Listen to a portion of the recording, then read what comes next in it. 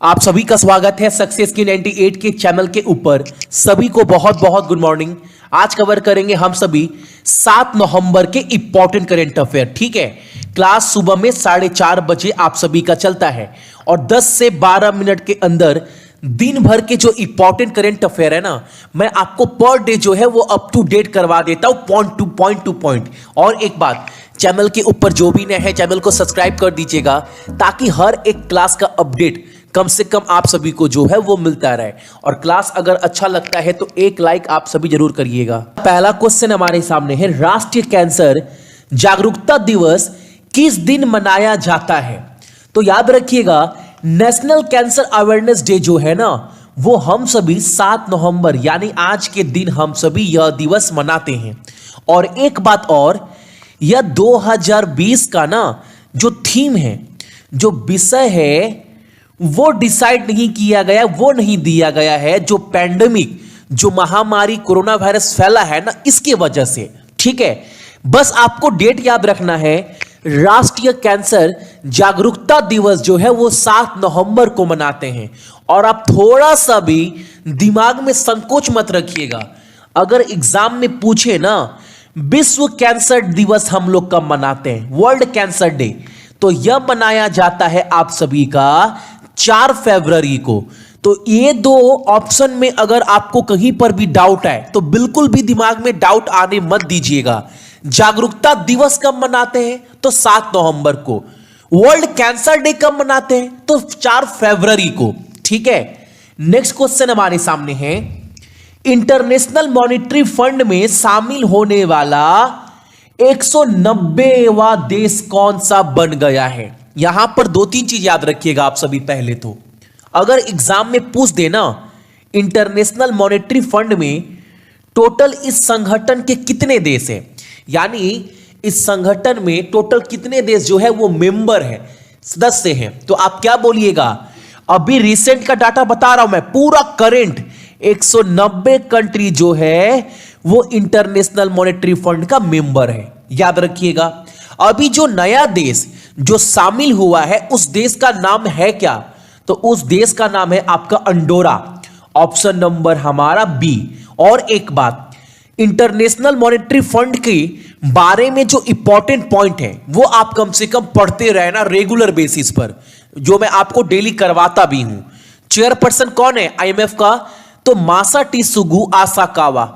इसका हेडक्वार्टर, मुख्यालय कहां पर है? मंडोलियोंग, फिलीपींस में। और इसका गठन कब हुआ था? 19 दिसंबर 1966 में।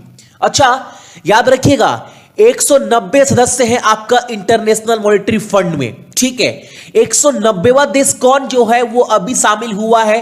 तो वो है आपका एंडोरा। एंडोरा का राजधानी क्या है आपका? एंडोरा ला वेला।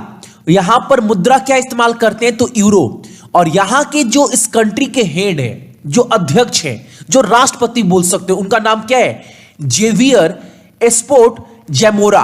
ये आपको याद रखना है, या फिर आप एक बार ना कमेंट्स में ये लिख दो ताकि आप जब अगली बार आपसे क्वेश्चन पूछा जाए तो आपके पास जब ऑप्शन हो ना तो आपको लगे ये कहीं ना कहीं पढ़ा लग रहा है, तो आंसर सही देने के चांसेस जो है वो बढ़ जाए।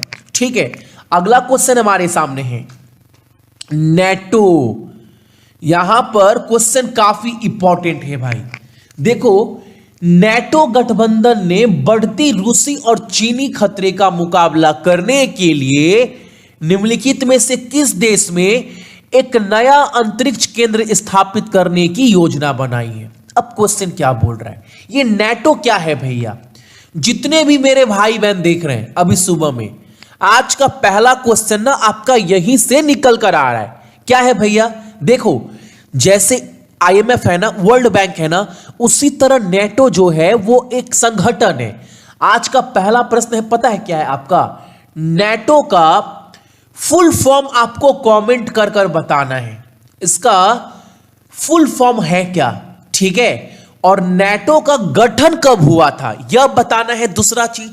और नेटो के अध्यक्ष कौन है, यह 3 चीज आपको नेटो के बारे में बताना है। अच्छा, नेटो जो संगठन है इसके कुल कितने सदस्य हैं?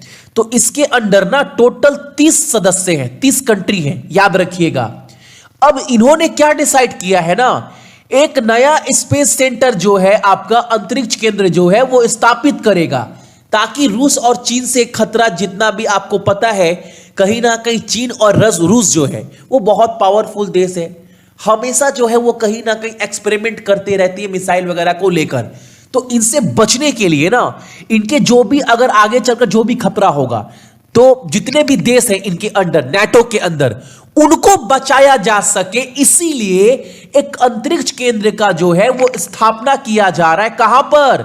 जर्मनी में। आप देख पा रहे हैं फोटो में, देख रहे हैं ये वाला, ये पूरा रिसेंट फोटो मैं आपके सामने लगाया हूं। यही है आपका क्या, तो आपका स्पेस सेंटर जो जर्मनी में स्थापित किया गया है। और एक बात, जर्मनी का राजधानी क्या है आपका? बर्लिन। मुद्रा इस्तेमाल करते हैं वहां पर यूरो। और वहां के राष्ट्रपति का नाम क्या है? तो यहां पीएम हो गया है, वहां के राष्ट्रपति है, क्या नाम है उनका?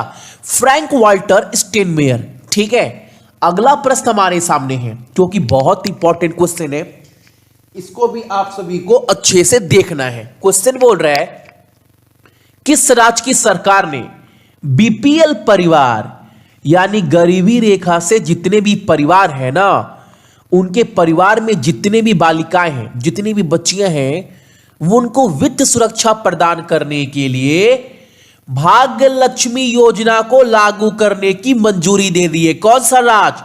कर्नाटका। ऑप्शन नंबर हमारा डी। देख पा रहे हैं, कर्नाटका के मुख्यमंत्री येदियुरप्पा 2 बच्चियों को लेकर खड़े हैं इस योजना के, जब उद्घाटन किया जा रहा था तब का ये फोटो है। ये योजना बोलता क्या है भैया? देखो, 19,000 अगर किसी भी बीपीएल परिवार में, जो गरीबी रेखा से नीचे जो परिवार है ना, अगर उसमें 2 बच्चियों को जो है उनके जन्म के वक्त ना, आप बोल सकते हो प्रीमियम जमा किया जाएगा।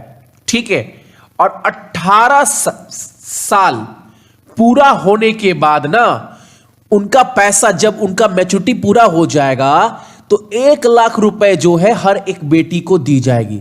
अच्छा, प्रीमियम जमा कितना किया जाएगा?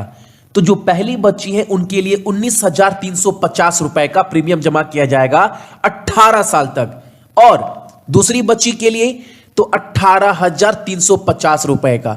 अब आप बोलेंगे भैया मेरे परिवार में तो एक ही बेटी है, तो उनको 19,350 रुपए का प्रीमियम मिलेगा।